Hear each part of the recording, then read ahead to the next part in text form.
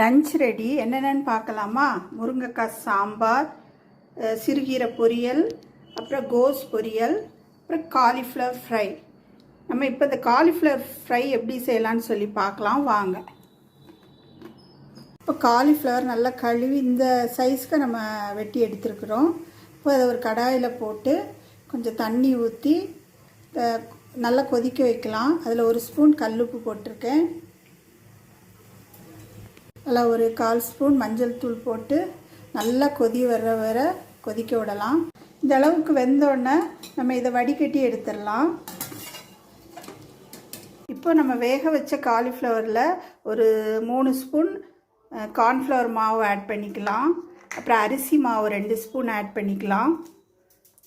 உப்பு ஒரு 1/4 spoon add பண்ணிக்கலாம். ஏன்னா நம்ம வேக வைக்கும்போது உப்பு போட்டோம். மிளகாத்தூள் 1 ஸ்பூன் ஆட் பண்ணிக்கலாம்.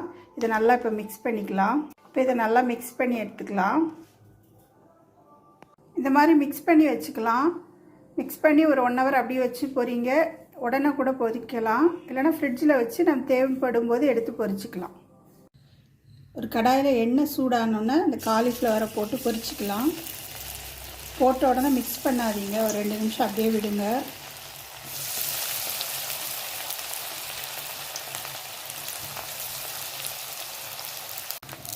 இப்போ திருப்பி போட்டுக்கலாம். இப்போ காலிஃப்ளவர் ஃப்ரை ரெடி ஆயிடுச்சு.